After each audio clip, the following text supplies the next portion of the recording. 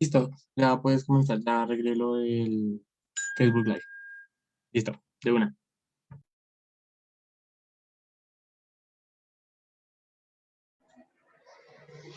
Listo, bueno, muy buenas noches a todos. El día de hoy, pues vamos a realizar una revisión, un recorderis sobre la herencia mendeliana.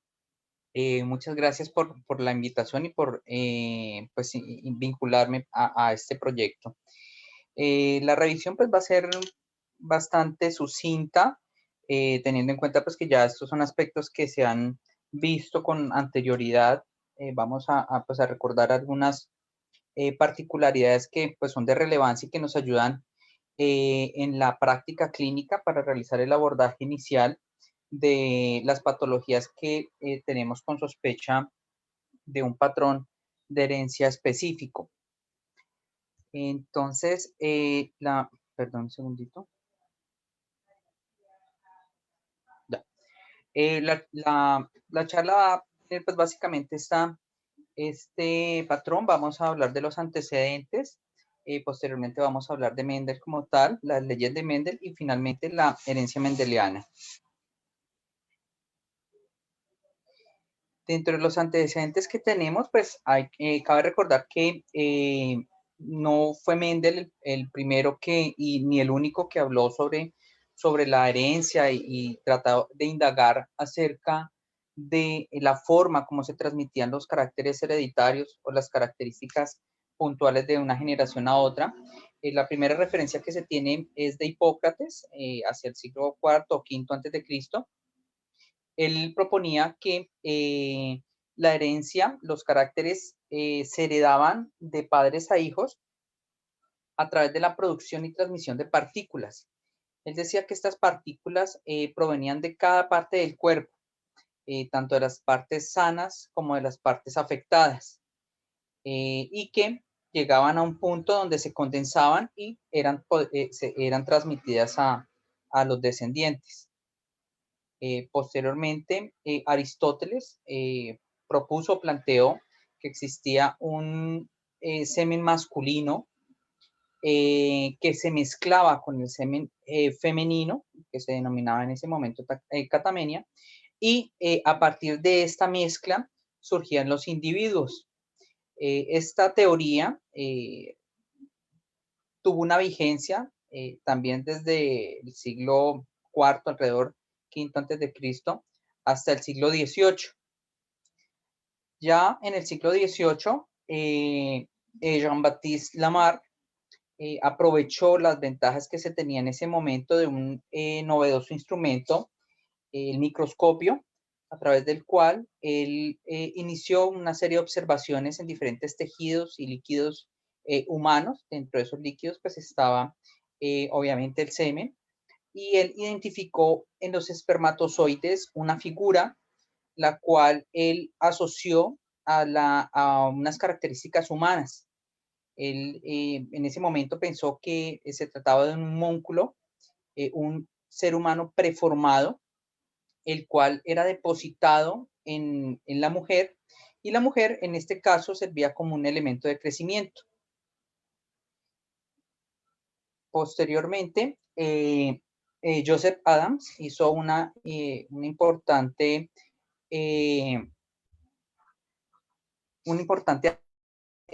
sobre las características de la herencia.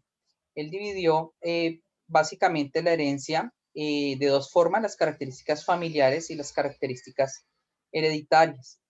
Las características familiares eran aquellos patrones o rasgos que se identificaban en las primeras generaciones, en la primera generación filial.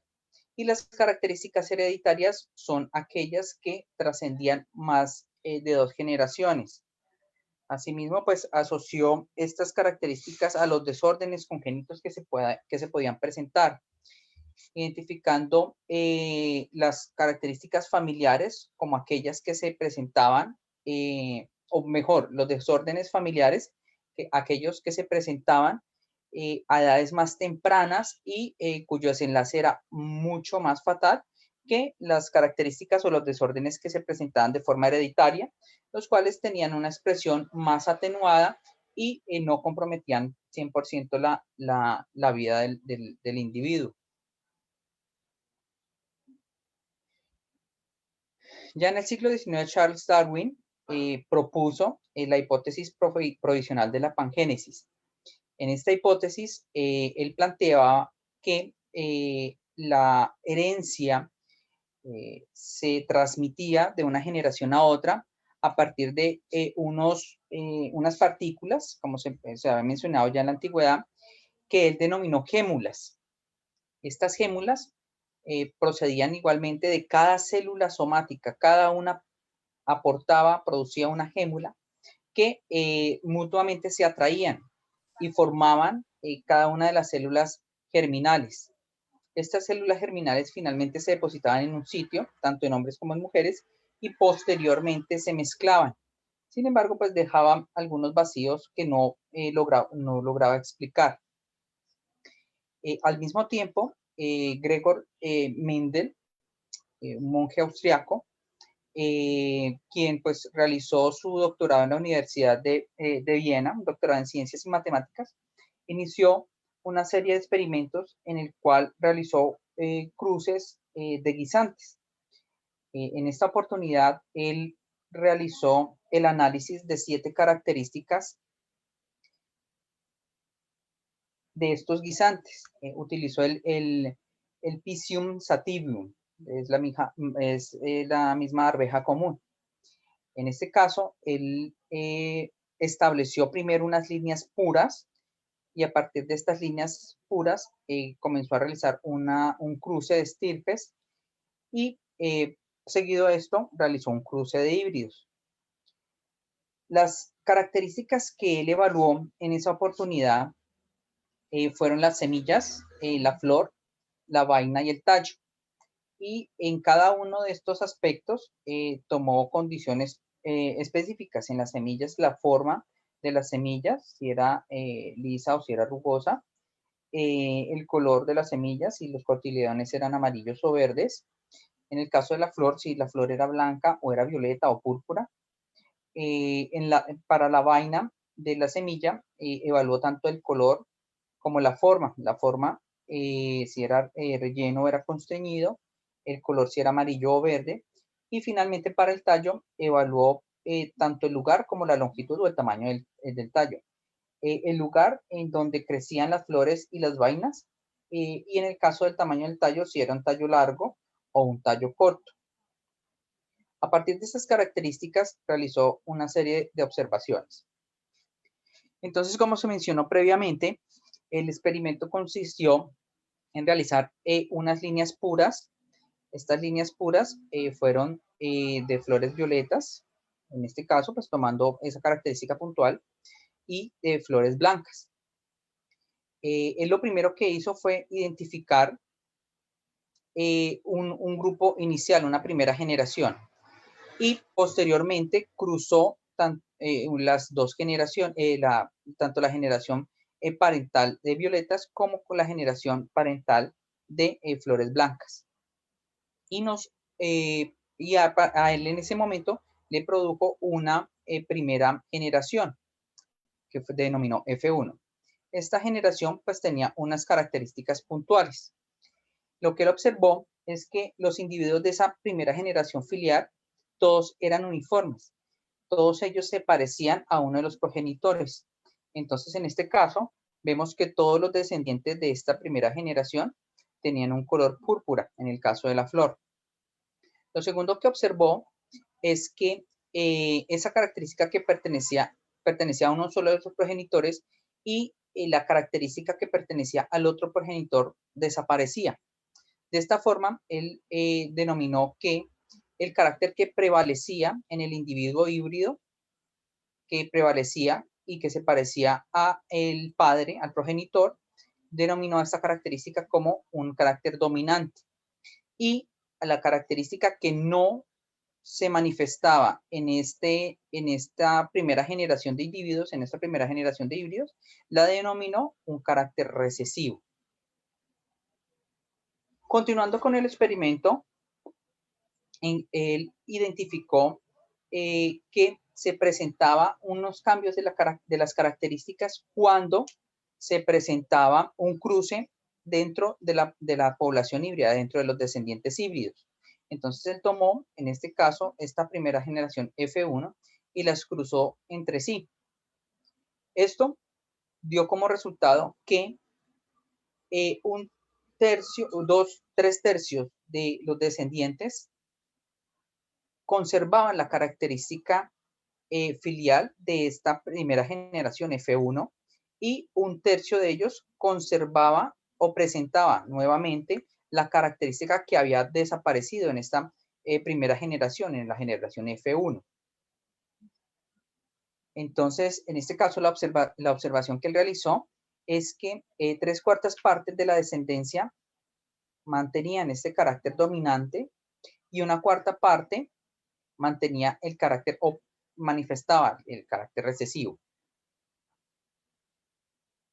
Finalmente, él realizó el cruce de los híbridos no teniendo en cuenta una sola característica, sino varias características. En este caso, se analizaron las semillas, de dos características básicamente de las semillas.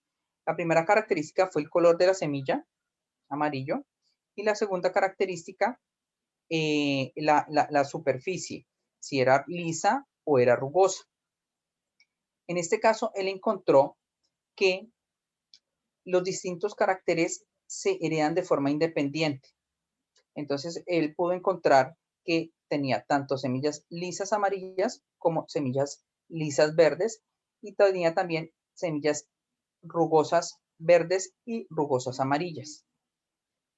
Por otro lado, identificó que estos caracteres que se heredaban de forma independiente no se afectaban entre sí. Es decir, ninguno de ellos anulaba o intervenía para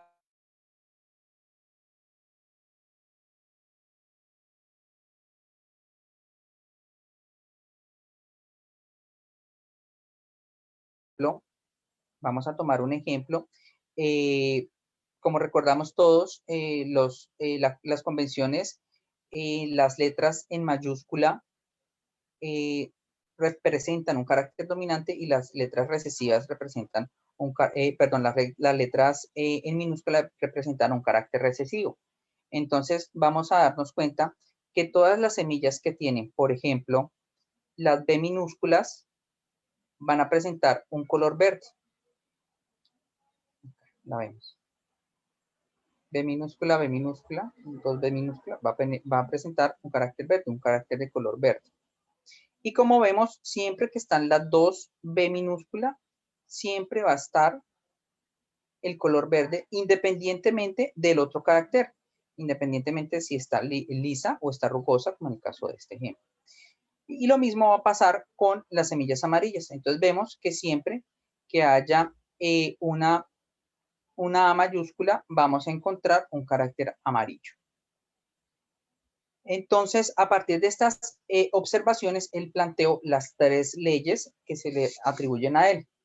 La primera es la ley de los caracteres dominantes o de la uniformidad entre los híbridos. Entonces, recordemos que siempre que se cruzan un par de individuos heterocigotos, vamos a encontrar que su generación filial o la F1 va a mantener los caracteres de uno de los progenitores y el otro eventualmente va a desaparecer, va a estar oculto. La segunda ley es la ley de la segregación, que es cuando se mezclan nuevamente estos híbridos, podemos encontrar que hay unos híbridos que van a mantener el carácter dominante, la característica dominante, y estos individuos van a representar 3/4 partes de esa generación y una cuarta parte va a mostrar el rasgo recesivo, el rasgo que se perdió en la primera generación filial. Y la tercera ley de Mendel habla de la ley de transmisión independiente o de la independencia de los caracteres. Esto quiere decir que cada uno de los rasgos se va a heredar de forma independiente y va a mantener esos patrones de herencia que se propusieron en la primera ley y que ninguno de ellos va a interferir en el desarrollo o en la aparición de cada uno de ellos. A partir de estas leyes, pues entonces se estructuró la herencia mendeliana. Hay que mencionar que realmente el reconocimiento de la herencia mendeliana o de los patrones de herencia propuestos por Mendel no se hicieron de forma inmediata. Mendel publicó sus resultados alrededor de 1865 más o menos. Sin embargo, pues no se le dio la relevancia como tal de sus descubrimientos. Solo hasta comienzos del siglo XX, tres científicos de forma independiente realizaron experimentos similares a los de Mendel, llegando a la misma conclusión. Ellos también de forma independiente comenzaron a indagar quién más había realizado estas observaciones y encontraron que Mendel, que Gregor Mendel, los había realizado con anterioridad. Entonces, solo hasta comienzos del siglo XX es que se reconoce como tal el aporte que realizó Mendel y pues se comenzó a hablar de la herencia mendeliana cuando se hablaban de esta forma de segregación. En el caso de la herencia mendeliana para los humanos, entonces hablamos que las características o las enfermedades son transmitidas a partir de un único gen. Hablamos de enfermedades monogénicas. Siguen este patrón de herencia descrito por Mendel, tanto dominante y recesivo, y esta herencia se aplica tanto a los cromosomas autosómicos como a los cromosomas sexuales.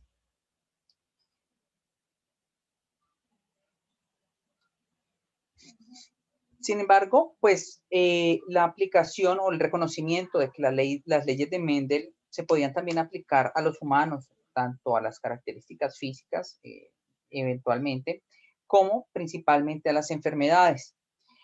Solo hasta 1902, Archibald Garrow, un médico científico inglés, quien estaba haciendo un seguimiento a los pacientes que presentaban alcaptonuria, encontró que la enfermedad se presentaba predominantemente en los descendientes de parejas consanguíneas. De esta forma, pues él comenzó a relacionar eventualmente ese rasgo que estaba oculto o que estaba, que había desaparecido en los padres que no presentaban la patología y que volvía a aparecer en esos descendientes que presentaban la patología. En este caso, pues se asoció esta forma de segregación con un patrón de herencia autosómico recesivo, o recesivo mejor. Por otro lado, William Curtis Farabee, igualmente inglés, norteamericano, identificó también que habían rasgos que se transmitían de una generación a otra y que estos rasgos permanecían en este grupo familiar. Las observaciones él las realizó en un grupo de pacientes que presentaban unas deformidades a nivel de los dedos, la braquiactilia tipo 1A. Él identificó pues que este rasgo era transmitido de padres a hijos y su compromiso pues era en muchos miembros del grupo familiar. A partir de ello, pues entonces se comenzó a estructurar y a identificar qué características debían tener o se debían identificar en cada uno de los individuos para poder asociar el cuadro que presentaba con un patrón de herencia específico. En este caso tenemos un árbol genealógico. Recordemos pues que la figura cuadrada representa al hombre, la figura redondeada o el círculo mejor representa a la mujer. Aquellos que tienen una línea diagonal representan individuos que han fallecido. Estas convenciones son las convenciones de relación conyugal. Estas que están acá son las líneas de relación filial y estas son las líneas de descendencia. Entonces encontramos acá que hay un individuo, un hombre, quien presentaba un rasgo X. Este rasgo X fue transmitido a uno de sus descendientes. A su vez, ese descendiente se lo heredó a 3 de sus descendientes. Y cada uno de estos descendientes que heredó el rasgo se lo pudo transmitir a sus demás descendientes. No obstante, acá tenemos una particularidad y es este descendiente, el descendiente 3,4. Él presentaba el rasgo, la particularidad, pero no lo heredó a sus demás descendientes. Por otro lado, hemos encontrado que hay afectados que tienen sus descendientes afectados también y afectados que tienen sus descendientes no afectados, y a su vez estos descendientes no afectados no transmiten ningún rasgo similar, ninguna patología a sus descendientes. En este caso, pues vemos que esto refleja la herencia autosómica dominante. En la herencia autosómica dominante, los individuos afectados son siempre descendientes de un progenitor portador y afectado del mismo rasgo o de la misma mutación. El carácter aparece en todas las generaciones, no salta generaciones. Afecta tanto a hombres como a mujeres, y la descendencia de individuos, en la descendencia van a aparecer individuos tanto afectados como no afectados. Cada uno de los descendientes va a tener la probabilidad de heredar el alelo afectado o el rasgo en un 50%. Esto sí es importante que quede claro. No quiere decir que el 50% de los descendientes de este afectado va a tener la enfermedad. Quiere decir que cada uno de ellos va a tener un chance del 50% de presentar la enfermedad. Recordemos que al ser un rasgo dominante, este se presenta por compromiso en uno solo de los alelos, y este alelo puede ser heredado en un 50% a cada uno de los hijos, porque el afectado tiene un alelo sano y un alelo afectado. O hereda el alelo sano o hereda el alelo afectado. Entonces, por eso es que cada uno de ellos tiene un 50%. No es que la totalidad de los descendientes, bueno, acá todos son números impares. No quiere decir que si tengo 4 hijos, 2 van a heredar el rasgo y 2 no van a heredar el rasgo, no. Es que tengo el chance de que por cada uno de ellos voy a segregar el alelo afectado o voy a segregar el alelo no afectado. Es por eso, es esta la razón que explica por qué la familia de este descendiente que estaba afectado, ninguno de ellos presenta el rasgo, presenta la enfermedad. Y a su vez vemos como este descendiente, este específicamente, que no fue afectado, como no tiene ningún alelo que presente la enfermedad, que presente el rasgo, pues él no le va a heredar este rasgo a sus descendientes. Entonces, digamos que esas son las características que predominan para reconocer un patrón de herencia autosómico dominante. Por esto es importante también tener en cuenta la parte de la construcción del árbol genealógico, que nos va a permitir identificar ese compromiso. Vemos acá, tenemos en total 5 generaciones que son representadas por estos números romanos, y cada uno de estos números arábicos representa el número de individuos. Entonces vemos que acá en virtualmente todas las generaciones hay uno o más afectados. Bueno, continuando, vamos a hablar entonces de los ejemplos. Aquí vemos 2 ejemplos, entonces vamos a dirigirnos o enfocarnos básicamente en las características. Entonces acá vemos una familia. Ustedes ven a la madre que tiene, pues en realidad hizo falta un poco el poder detallar las características de los ojos. Pero pues digamos que en esta parte vemos unas facies casi que inexpresivas, como si no tuviera fuerza. Y eventualmente estas mismas características son segregadas a sus descendientes, como si no tuviera fuerza de expresión. Por otro lado, aquí vemos un individuo con unas características, con unos rasgos, con un fenotipo bastante particular. Vemos que tiene alteraciones a nivel del pabellón auricular bilateral. Vemos que también tiene unas características particulares aquí en la región mediofacial, y su descendiente, su hija, también presenta estas mismas características. Tenemos acá un compromiso en la región mediofacial que compromete también las órbitas de los ojos, y tenemos acá un compromiso bilateral de los pabellones auriculares. Si ustedes me creen, estos dispositivos son dispositivos para amplificar el sonido, entonces esto nos indica que ellos tienen compromiso auditivo.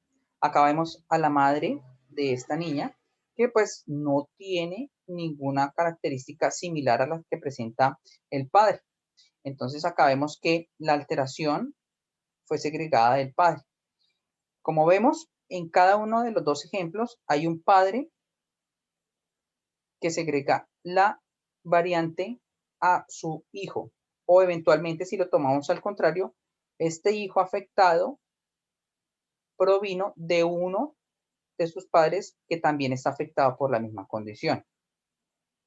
Entonces, en el primer caso, estamos hablando de la distrofia miotónica, que es una patología que se da por mutaciones en el gen de MPK. Básicamente es un tipo de mutación que se puede denominar dinámica, porque hay una expansión de unas tripletas. Básicamente es esta tripleta CTG, que normalmente debe tener una cantidad entre 5 y 34, pero que cuando se presenta la patología hay un aumento en la cantidad de tripletas. Pasa de hasta 34 a 50 o más tripletas. La patología se caracteriza básicamente por debilidad muscular en extremidades, región distal, cuello y cara. Se presenta una condición que se llama miotonía, que es básicamente la imposibilidad de abrir la mano luego de un esfuerzo sostenido de la misma. Entonces, en este caso, uno le dice al paciente que apriete la mano, que cierre la mano, que la empuñe y la apriete, y que la abra de forma súbita, rápida. Y vamos a notar que ese paciente no abre la mano de forma rápida como la podríamos hacer nosotros, sino la apertura va a ser mucho más lenta. También eventualmente pueden presentar otros rasgos a nivel de otros órganos, como cataratas subcapsulares, y podemos encontrar también malformaciones posicionales, insuficiencia respiratoria. Sin embargo, esto hace parte de todo el espectro fenotípico muscular. Por otro lado, el otro caso hacía referencia al síndrome de Treacher-Collins. Es básicamente una patología que compromete el macizo facial. Puede presentarse de forma heterocigota, como vemos acá, en el 97% de los casos. Entonces, en este caso presenta un patrón de herencia autosómico dominante. Ustedes ven acá que habla que hasta el 3% de los casos se presentan como mutaciones bialérgicas. Eventualmente, esta misma condición se puede identificar con un patrón de herencia autosómico recesivo. ¿Listo? En el caso de los rasgos que son transmitidos con un patrón de herencia autosómico dominante, afecta principalmente estos tres genes. En los dos patrones de herencia, tanto autosómico dominante como autosómico recesivo, el espectro fenotípico es muy similar. Vamos a ver la hipoplasia mediofacial, la micrognatia y la retrognatia. Pues en la niña no es muy evidente, pero eventualmente en el padre sí. Asociado pues a niveles, anormalidades a nivel del oído externo, lo que describíamos, una microtia, que es esta condición, asociada a coloboma. Acá pues evidenciamos compromiso a nivel auditivo principalmente, oftalmológico, lo mismo que ausencia de pestañas, la hipoacusia conductiva, que pues la identificamos en este ejemplo y vemos una hipoplasia largo cigomático, lo que hablábamos de la hipoplasia mediofacial que compromete también el piso de la órbita. Continuando, entonces vamos nuevamente a tener en cuenta el árbol genealógico. Acá tenemos dos ejemplos. Este es un ejemplo antiguo, las convenciones pues no son las vigentes. Acá vemos un ejemplo más reciente. Nuevamente, los cuadrados representan a los hombres, los círculos representan a las mujeres. Acá vemos varias cositas. La primera, acá hay una doble línea. Esta doble línea en una relación parental nos hace referencia a que hay consanguinidad. ¿Listo? Entonces acá vemos que esa consanguinidad viene de estos padres. Estos dos son hermanos entre sí y vemos que estos dos eventualmente serían primos. Cuando vemos un círculo o un cuadrado completamente coloreado, sombreado, hacemos referencia a que se está presentando la característica puntual, se está presentando la enfermedad, en este caso estamos hablando de una enfermedad. Y cuando vemos esta flechita, hacemos referencia a que estamos analizando todo a partir de este individuo, o sea, este individuo es nuestro probando o nuestro paciente. Entonces, en este caso, vemos que, en primer lugar, tenemos dos afectados únicamente. Estos dos afectados hacen parte de una misma generación y eventualmente de una misma hermandad. Y como rasgo particular, pues vemos que, o como característica particular, vemos que hay una consanguinidad entre los padres. Vemos que los padres están sanos, no están completamente sombreados sus figuras que los representan, pero sí tienen un punto en el centro. Este otro ejemplo, pues muestra que acá hay dos afectados, al igual que en este caso, estos dos afectados pertenecen a una misma generación y son miembros de la misma hermandad.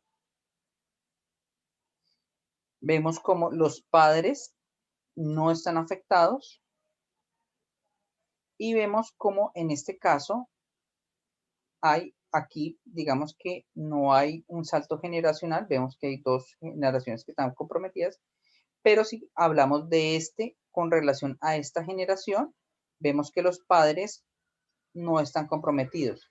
Y acá en este ejemplo podemos identificar la presencia de consanguinidad. Estas son las características que hay que tener en cuenta para cuando realizamos el abordaje de una patología autosómica recesiva. O mejor, a partir de estas características, podemos identificar que un rasgo o una patología pudiera tener o exhibir un patrón de herencia autosómico recesivo. Entonces, ¿qué características vamos a tener en cuenta para ese patrón de herencia autosómico recesivo? Entonces, dado que el gen afectado se presenta en los 22 pares de autosomas, la patología puede afectar con igual posibilidad tanto a hombres como a mujeres. La segunda característica que vamos a tener en cuenta es que para que un individuo esté afectado por la enfermedad, debe haber heredado el alelo afectado tanto del padre como de la madre. Lo siguiente que vimos también en el árbol genealógico es que no todas las generaciones en la familia están afectadas y que cada una de las personas afectadas tiene unos progenitores sanos. Si tenemos en cuenta esto, vamos a hablar que estos progenitores sanos, cada uno de ellos va a aportar un alelo afectado y ellos son denominados portadores sanos. Portadores porque portan el alelo, pero sanos porque no manifiestan la enfermedad. Cuando tenemos una unión de dos portadores, vamos a tener siempre que hay un 50% de probabilidad de que los descendientes porten la enfermedad únicamente.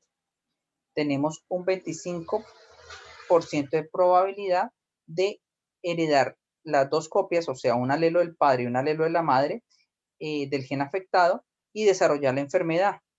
Y tenemos igualmente un 25% de heredar las dos copias o los dos alelos normales y no ser portador de la enfermedad ni desarrollar la enfermedad. Y como vemos, hay una mayor frecuencia de este tipo de patologías en uniones consanguíneas, sea por causas religiosas, sea por localización geográfica. Y una de las características, bueno, vamos a tener en cuenta dos características para poder identificar la herencia autosómica recesiva.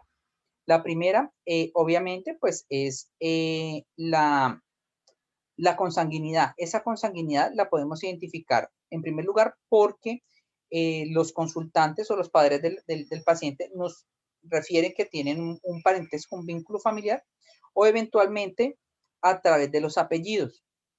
Hay que tener en cuenta pues que hay apellidos bastante frecuentes en la población y que estos apellidos provienen de descendientes de diferentes localizaciones. Entonces, básicamente la memotecnia es que entre más raro sea el apellido, mayor es la posibilidad de que esos dos individuos tengan un parentesco.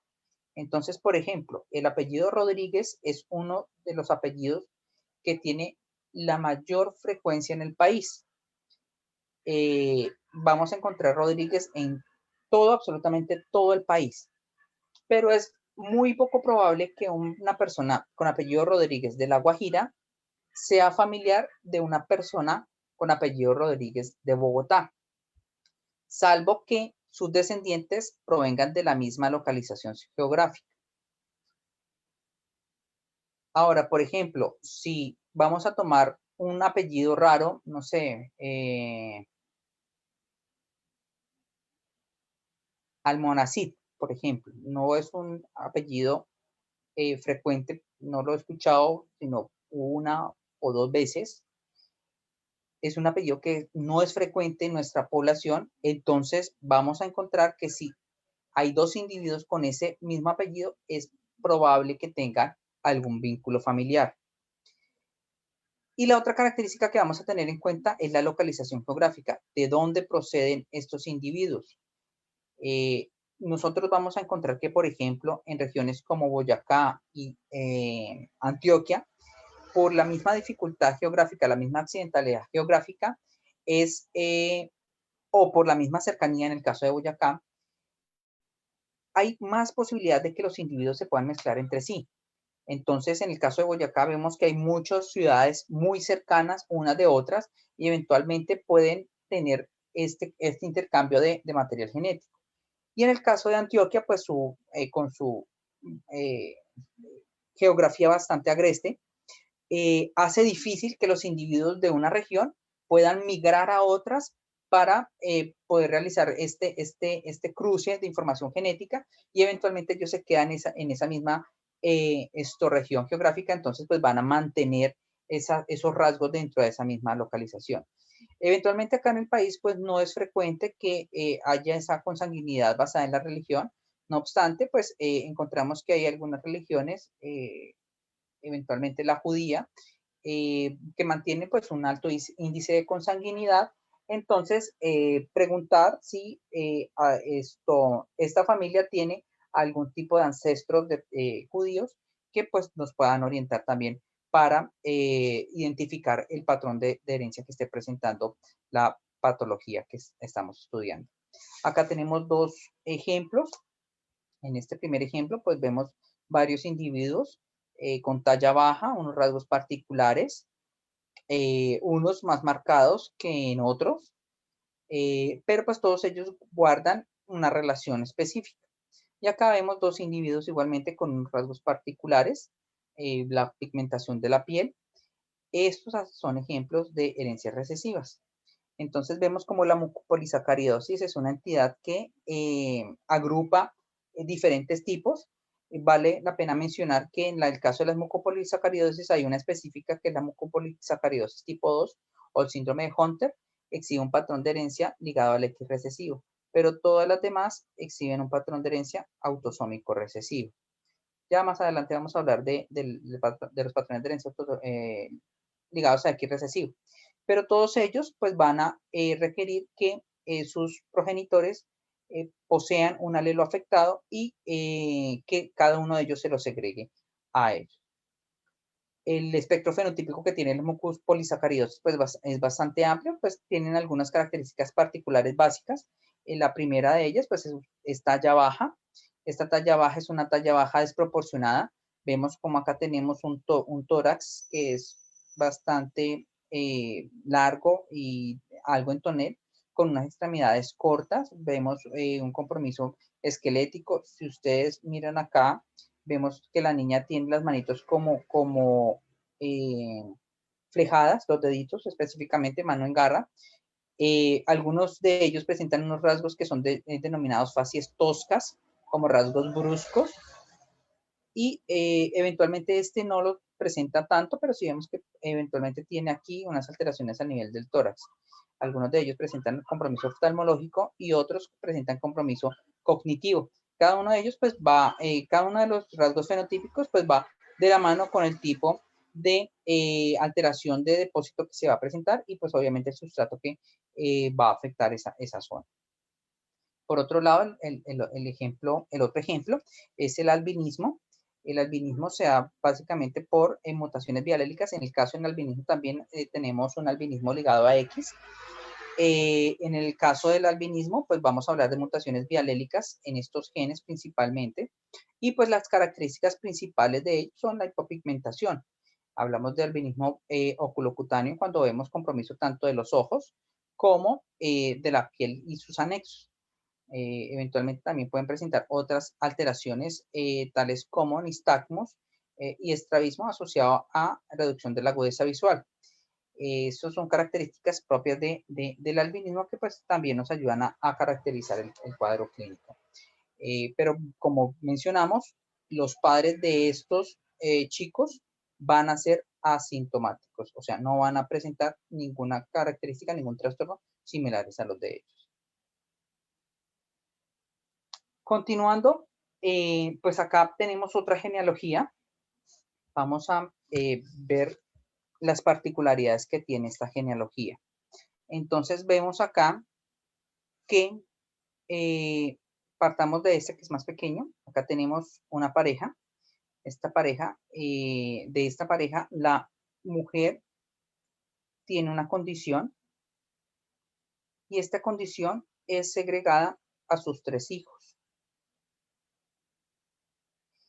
De sus 3 hijos hay uno, que es este hombre, se casa y tiene a su vez 3 hijos, perdón.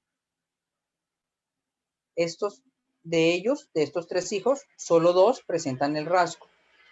Y de estos 2 hijos, afectados, uno, que es una mujer, se casa y tiene 5 hijos, y de estos 5 hijos, 4 tienen el rasgo. Entonces, como vemos, esto nos traslada un poco a la herencia autosómica recesiva. Vemos individuos afectados, tanto mujeres como hombres, vemos afectados en todas las generaciones, y vemos que para que haya un individuo afectado, siempre el ancestro, uno de sus padres, va a estar afectado. Acá nuevamente vemos cómo una madre segrega la alteración a sus 2 descendientes. De ellos, uno de estos descendientes se casa, tiene también sus hijos a la vez. Vemos que acá hay 6 hijos, de ellos solo 2 heredaron el rasgo. De estos 2 hay una que se casa, tiene 4 hijos. De estos 4 hijos hay uno que se casa y a su vez tiene también 4 descendientes, 2 de ellos afectados. De la misma forma vemos que hay uno que está, siempre que hay uno afectado, su padre o su madre estaban afectados. Vemos también que compromete todas las generaciones. Vemos que hay afectados tanto hombres como mujeres, y eventualmente vemos que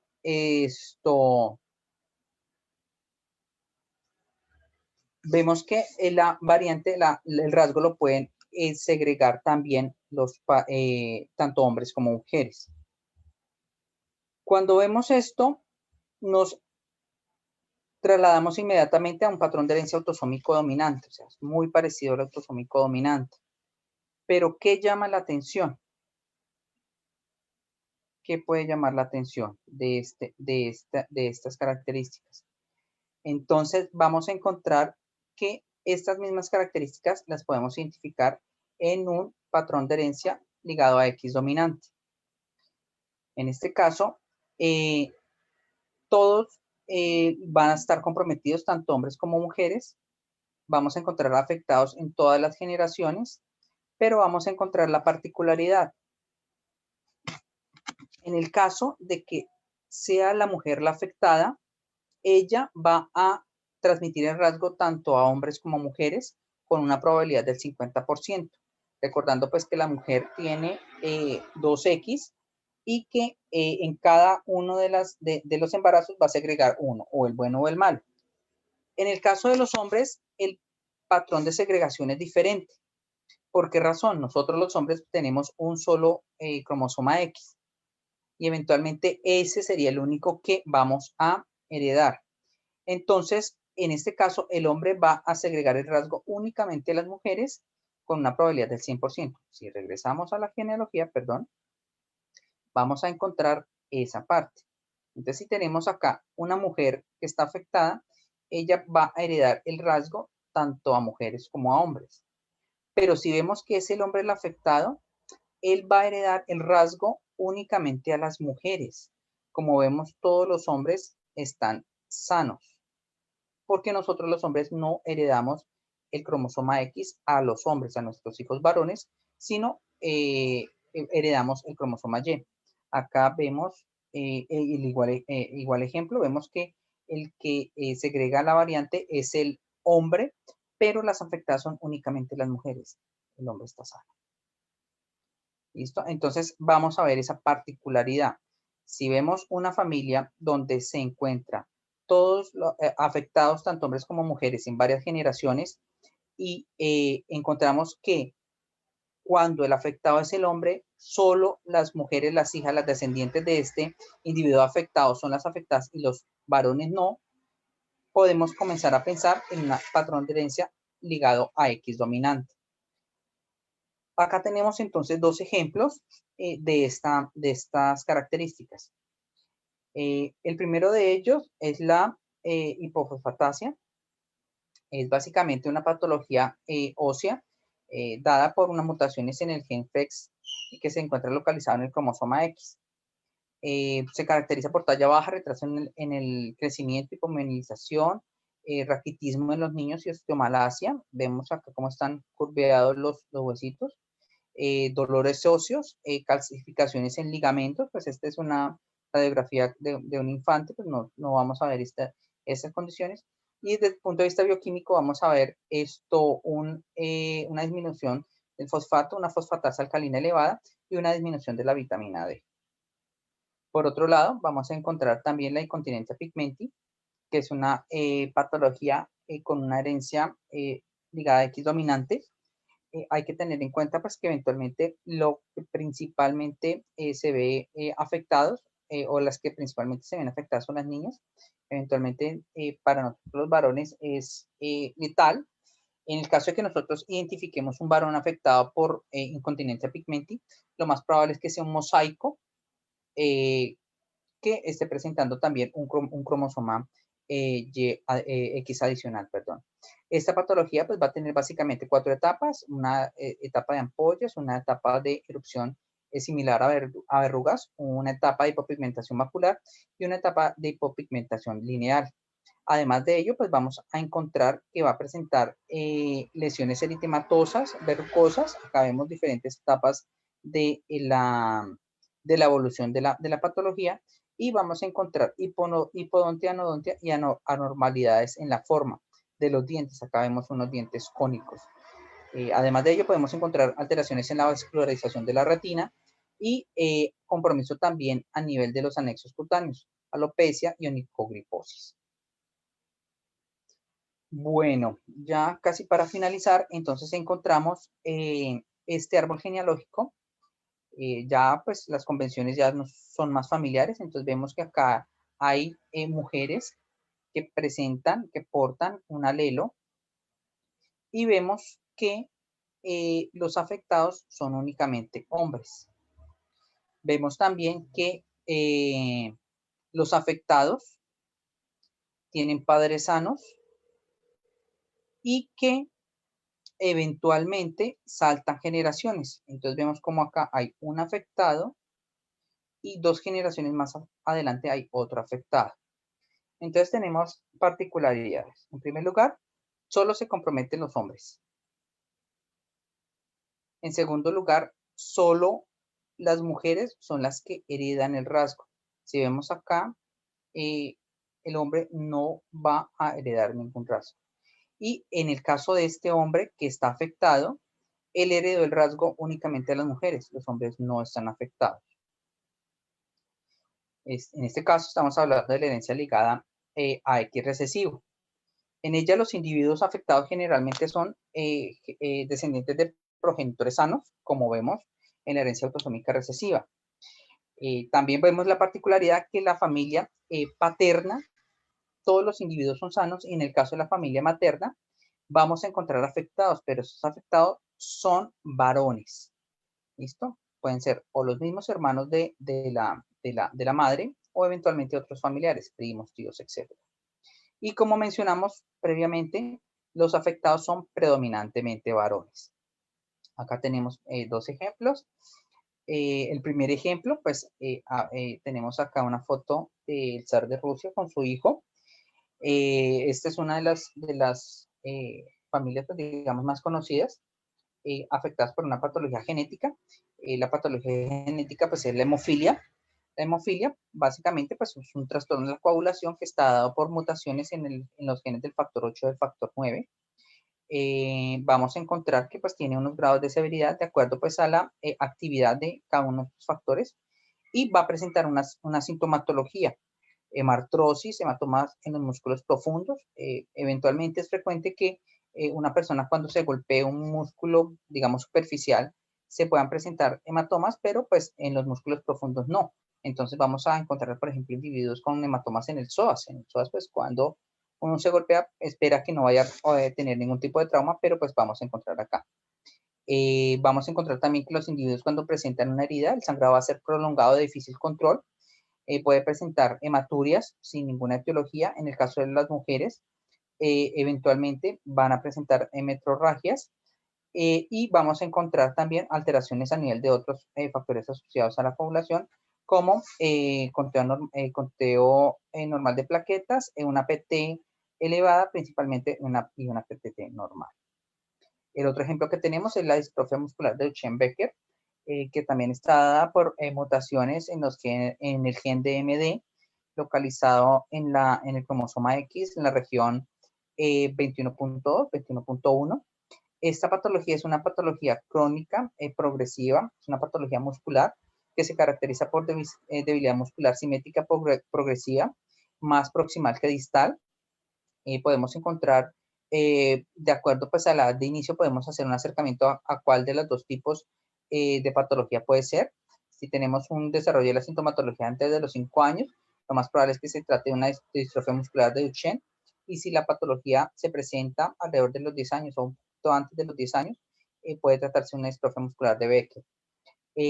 La rasgo desde el punto de vista bioquímico es la elevación del CPK, de la CPK. En el caso de la distrofia muscular de Duchenne podemos encontrar hasta 10 veces, una magnitud de 10 elevado, esos niveles de CPK. Y en el caso de la distrofia muscular de Becker vamos a encontrar hasta 5 veces. Además de los músculos esqueléticos, vamos a encontrar también que podemos identificar alteraciones a nivel del músculo cardíaco, y por el mismo compromiso muscular podemos encontrar alteraciones o desórdenes esqueléticos, contracturas de flexión que eventualmente pueden ser evidenciadas en este ejemplo, y podemos encontrar una característica que es la pseudohipertrofia de pantorrillas. Hay que tener en cuenta que esta característica no es que los músculos se están aumentando o se están volviendo más grandes, sino este fenómeno ocurre por un reemplazo del tejido muscular dañado por el tejido fibrótico. Eventualmente los niños recién nacidos pueden presentar hipotonía, que se puede identificar hiporreflexia, y ya en los niños que están caminando y que van a comenzar a tener es la aparición de esta sintomatología muscular, vamos a tener un signo de Gowers positivo. En una proporción baja se identifica también retraso mental. Bueno, entonces básicamente esta era la información que quería compartirles con respecto a los patrones de herencia, trayéndolos desde pues, la formación de la hipótesis de Mendel, pasando también pues por los diferentes teorías acerca de la herencia, hasta su aplicación en la clínica como tal. Entonces, espero pues que les haya ampliado un poco más sobre la información que tenían cada uno de ustedes acerca de los patrones de herencia y obviamente pues traté de correlacionarlo un poco con la parte clínica. Estamos abiertos para preguntas que puedan tener cada uno de ustedes y pues tratarlas de despejar.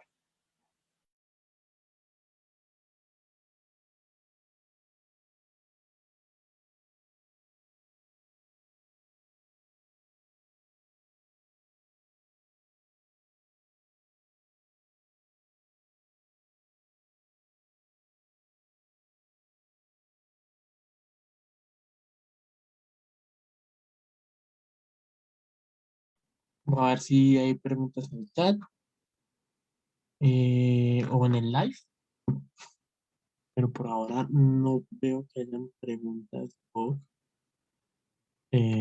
me miro.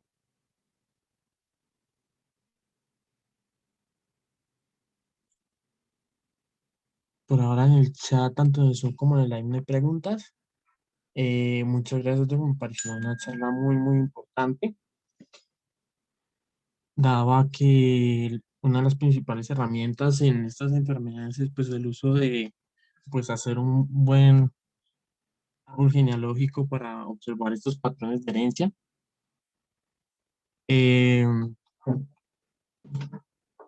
Siempre me recalco unos tipsitos, pues para mí o pues en mi vida también de estudiante o pues de estudiar y a enfrentarme a casos en estos árboles genealógicos. Es muy importante mirar primero si afecta a todas las generaciones o no.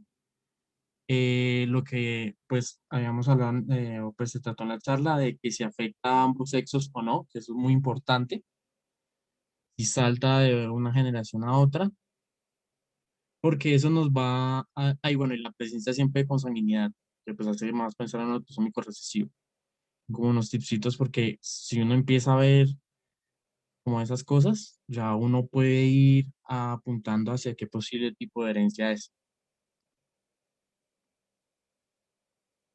Me pareció una excelente charla y con muchas cosas de componente histórico que pues también estuvieron en la charla que di, entonces estábamos en el mismo sentido. Vale, perfecto, Juan. No, muchísimas gracias a usted por la invitación y pues a todos los participantes. Obviamente, pues digamos que este es un tema que es bastante básico. Probablemente muchos tengan pues los conceptos más bien claros y es únicamente pues como para reforzar ese conocimiento que teníamos previamente acerca de los patrones de herencia. Pues traté también, como usted mismo dice, de incluir esos tipsitos particulares para tratar de identificar esos patrones de herencia y reforzar nuevamente la importancia del árbol genealógico en la identificación de estos patrones de herencia. Obviamente, pues practicar mucho la construcción de estos árboles genealógicos para que pues, nos puedan brindar tanto a nosotros que los realizamos como eventualmente a las personas que los vayan a leer posteriormente, una información pues lo más clara y lo más amplia posible. Entonces, nuevamente, muchas gracias por la invitación. Pues ya a esta hora, pues yo creo que todos estamos cansados. Entonces, gracias y pues estamos pendientes. Cualquier duda, cualquier inquietud, con el mayor gusto trataremos de responderlas posteriormente. Listo. Muchas gracias a todos. Pues con esto vamos pues finalizar la segunda charla del mes de febrero. Vamos igual a colocar en nuestra página de Instagram unas preguntas de ciertos árboles genealógicos para también pues practicar los tipos de herencia, unos tipsitos, un resumen de los tipsitos pues, más claros que nos van a ayudar pues, a identificar los tipos de herencia. Y pues recordar que la siguiente semana, el jueves, tenemos charla de herencia no mendeliana, pues para completar pues esta parte introductoria. Y recordarles que en el mes de febrero también se va a, a desarrollar el simposio de enfermedades huérfanas, eh, que se pueden inscribir pues también en la información que hemos estado dando pues en Instagram y que está dando pues también la Asociación Colombiana de Pacientes de Errores Innatos. Y pues participar en todo este mes, a finales de febrero e inicios de marzo, que pues va a ser las fechas para celebrar los días de enfermedades huérfanas, de estas patologías de enfermedades huérfanas, que pues vamos a tener varios eventos. Muchas gracias a todos por participar y pues muchas gracias, Doc, por la charla.